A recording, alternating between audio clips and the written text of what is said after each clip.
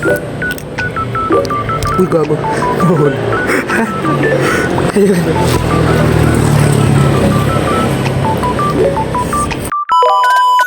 Ano sa mga kagalgal? So for today's video mga kagalgal, samahan nyo ako ngayong gabi para nga dito sa live session namin tuwing gabi. So guys, sobrang dami na namang customer for today's video.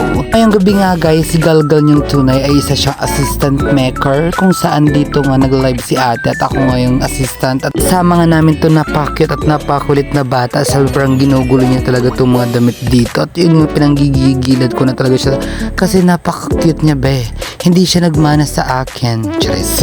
Sobra naman kayo. Okay lang yun maging cute ka basta hindi ka lang ugaling doggy birds. Sobrang naloloko nga ako kasi diba sunod-sunod na yung post ko dito nga sa Facebook. Sobrang happy nga ako at dami nga nakaka-appreciate nga sa atin dito nga sa Facebook. Grabe diba? Makikita nyo nga dyan si Mami Elsie at naiiyak nga siya kasi nga nagtimpla nga siya ng coffee at tingnan mo naman bisa sobrang sarap ng mamon. Napapayak talaga yung mami at yan kinamay-kamay ko nga kasi diba masarap nga po pag kinakamay. Grabe. At napili ko nga na parang ito na talaga yung taon na para sa akin at hindi para sa inyo. Charis. Ang dami nagsabi na ituloy-tuloy ko na dito pagbibideo ko kasi natutuwa nga daw sila. Bakit? Tinanong niyo ba ako natutuwa ako sa inyo? Charis. Sobra ko nga na-appreciate yun guys. Sobrang saya ko nga kinalaban ko na nga itong manok be kasi nga sobra talaga be. Di ko alam kung chicken talaga siya or isa siyang sumbing manok kasi be pumapalag talaga siya. Siya yung manok na may bitaw. Sobra. Diba? Kahit sobrang sakit yung bitaw pero kailangan mong tanggapin. Ano daw? Pati nga ang mami hindi na rin nakaligtas at kinalaban niya nga rin itong manok kasi nga dinan mo be talagang ugali ng manok be at makikita mo talaga dito sa video be na pumapalag talaga siya be na para bang hindi ka manok. Grabe. Yan talaga be at yan ang binugbog na nga siya ni mami at lalaban talaga siya at gusto niya habulin si mami. Diba babes? Kakaiba siyang manok be. Talagang may bitaw siya. Pag ikaw inadobo ko tingnan ko sa'yo. Basta nga itong live be, nag-crave talaga ako be kasi nanghihina talaga yung tuhod ko. Maghahanap talaga ako ng pwedeng ilaps dito na egera buriri. Ito nga be, agad-agad ko rin tinanggal talaga tong rumba kasi nga nakaharang talaga siya dun sa aking dadaanan para makuha ko nga tong karwahe. Iisip ko nga dito sa oras na to, ano bang mabibili ko sa oras sa alas 12? Sobra diba? Sa mga ka-work ko nga at mga kaibigan ko dyan sa Eureka, shoutout din sa inyo. Sobrang thank you talaga be kasi kayo nagpo-post sa akin na mag-pusher. Hindi, edi pusher.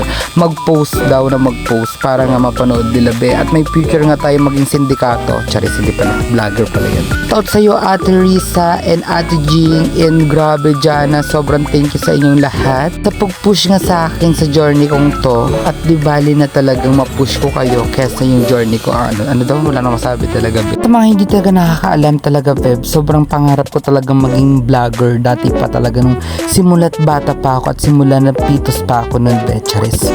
Agad-agad na rin nga akong umalis at makikita mo dyan sa video na sobrang dilim talaga be, na kulang na lang talagang hugutin ka na para bang hindi.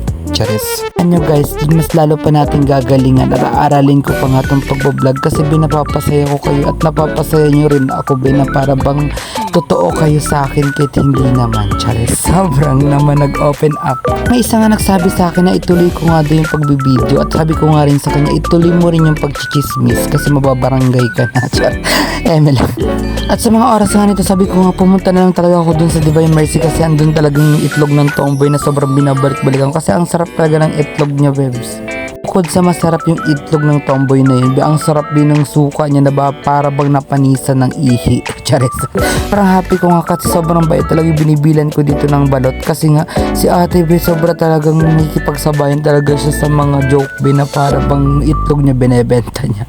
Alam niyo ba dati na-disappoint talaga ako dito sa bila ng balot be kasi maasim yung sukat nila be. Sinabi ko ate, sira na yung suka nyo kasi maasim na. Sabi ni ate, gaga ka, ganyan talaga yung suka, maasim. Final walk ko at nandito na nga tayo sa balutan be.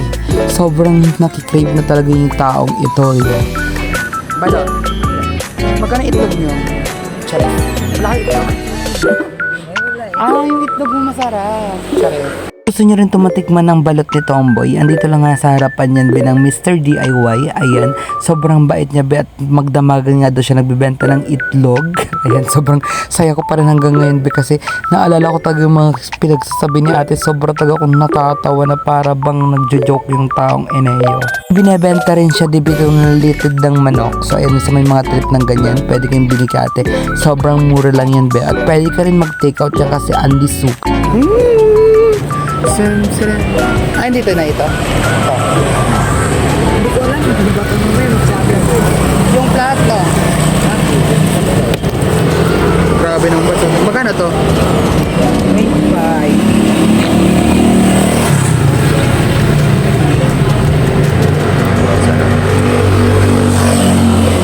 Let's go, be. Ito na yung pampatibay talaga ng tuhod na para bang hindi ka talaga, be. Sarap talaga, be. Sobrang nakikrave talaga ako hanggang ngayon pa din. Na para bang gusto ko talaga yung mga itlog ng mga dragon. Grabe naman yan, babes.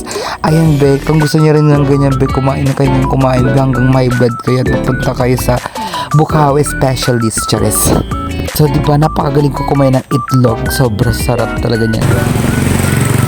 Hey, sarap ang balot ni nanay. Di ba na masarap itlog nyo? Magkano itlog mo?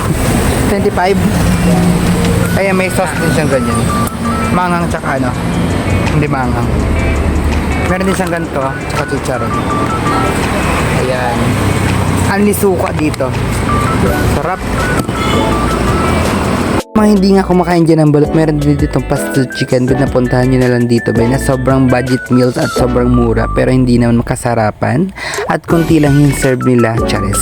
Budget meal lang talaga siya, beb, sobrang mura niya lang kaya ganun, tama lang talaga yung serve nila, charis lang, ayaw mabash.